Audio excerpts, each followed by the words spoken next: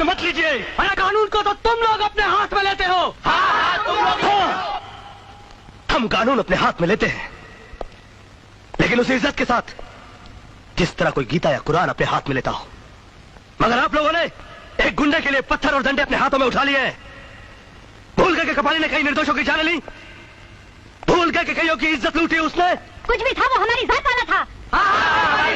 जात दुनिया में सिर्फ दो तरह की होती है, एक वो जो आंसू पीता है, एक वो जो खून पीता है, एक वो जो इंसानियत को आबाद करता है, एक वो जो इंसानियत को बर्बाद करता है। कपाली जैसे समाज का कोड अगर आपकी जात का हुआ तो क्या आप उसे गले लगा लेंगे? एक वक्त हुआ करता था जब हमारा समाज उसे अपना हीरो बनाता था, जो इंसान त्याग और बलिदान की मूर्त हुआ करता था। मगर आज लोगों ने गुंडों को अपना हीरो बनाना शुरू कर दिया है। अरे ये गुंडे तो गुंडे होते हैं, गंदगी लाख माथे पर रगड़ो वो चंदन नहीं बनती, हर लुटेरा वाल्मीकि नहीं बनता। बंद करो गुंडों की पूजा का ये रिवाज। और अगर ये रिवाज बंद नहीं हुआ तो वो दिन दूर नहीं जब इस देश की कोख से सिर्फ गुंडों की नस्लें पैदा होंगी, और उसका सबसे भारी नुकसान तुम जैसे लोगों को होगा। तुम जैसे लोगों को। भाषण बंद करो, हमें कबाली का कातिल चाहिए, कातिल। अबे हट। मुझे कौन सा भाषण देकर तुझ जैसे नामर्द का वोट लेना है? Get out from here. Gate तोड़ दो और चलो आगे। हर वो कदम जो कानून तोड़ने के लिए आगे बढ़ेगा, मैं उसे अपाहिज कर दूंगा।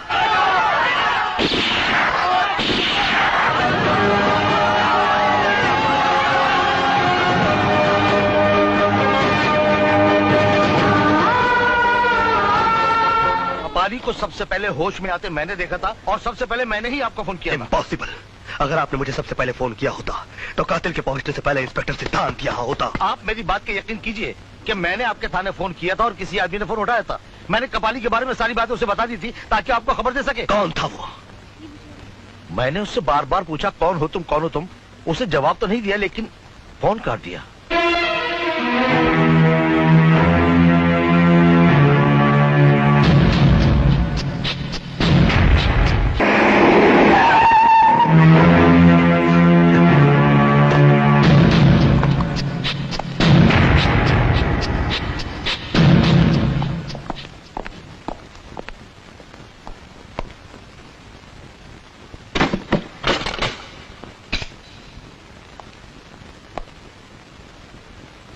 उस दिन तुम्ही ने कहा था कि भाषण देना हो तो बंद कमरे में दूं।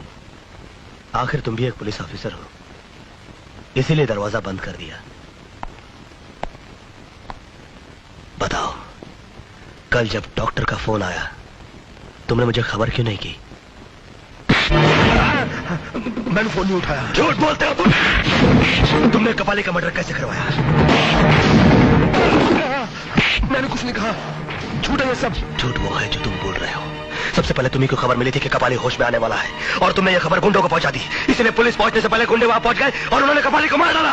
पता नहीं अंदर क्या हो रहा, कुछ खास बात हो रही होगी यार। तेरे को क्या, तू चुप कर रहे खाली। जिन लोगों के साथ मिलकर तुम कानून का बलात्कार करते रहे, अगर कल सुबह 10 बजे तक उन लोगों का नाम नहीं बताया तो मैं तुम्हारे जिस्म को वर्दी की जगह जख्मों का लिबास पहना दूंगा, और फिर तुम दर्द से इतना तड़पोगे कि उसके बाद मौत को भी चखोगे तो यही कहोगे कि मजा नहीं आया।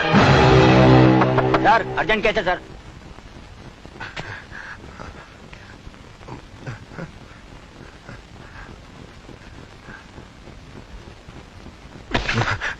आओ, और हो सके तो मुस्कुराहट का कफन अपने होठों पे डाल दो ताकि अपने छोटों के सामने बेइज्जत होने से बच जाओ।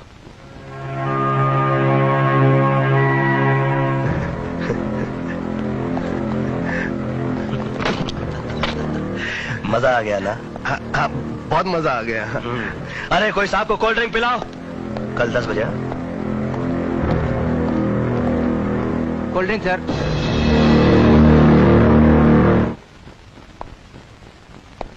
पिताजी, जब आप पुलिस डिपार्टमेंट में डीएसपी थे, उस वक्त सिद्धांत के पिता शास्त्री जी मंत्री थे।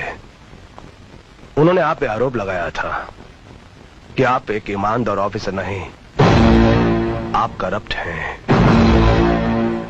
आप रिश्वत लेते हैं। वो आपको नौकरी से निकाल देना चाहते थे, लेकिन उससे पहले ही बदनामी के डर से आपने।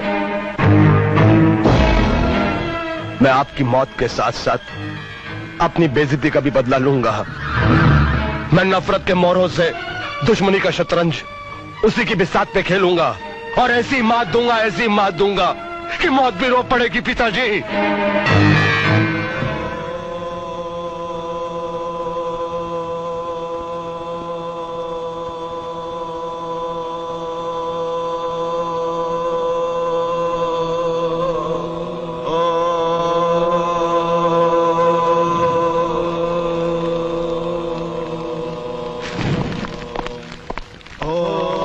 नमस्ते स्वामी जी, आप तो सब जानते हैं, अब बताइए मैं क्या करूं?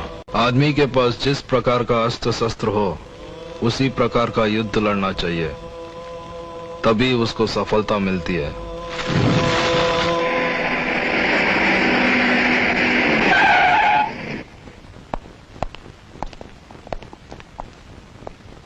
गुड मॉर्निंग मिस्टर सिद्धांत।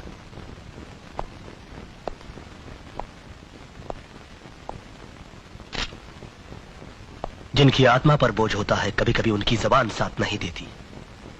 शायद इसीलिए तुम अपना बयान लिख कर लाए हो। अब मैं इस वर्दी के पिंजरे से आजाद हो चुका हूं। ना तुम मेरे सीनियर और ना मैं तुम्हारा जूनियर। अब मुझसे सवाल करने के लिए तुम्हें अदालत के दरवाजे खटखटाने होंगे। कमिश्नर साहब को पता है कि इस वक्त मैं तुमसे मिलने आया हूं। हद से बाहर मत निकलो, वरना कानून के शिकंजे में फंस जाओगे।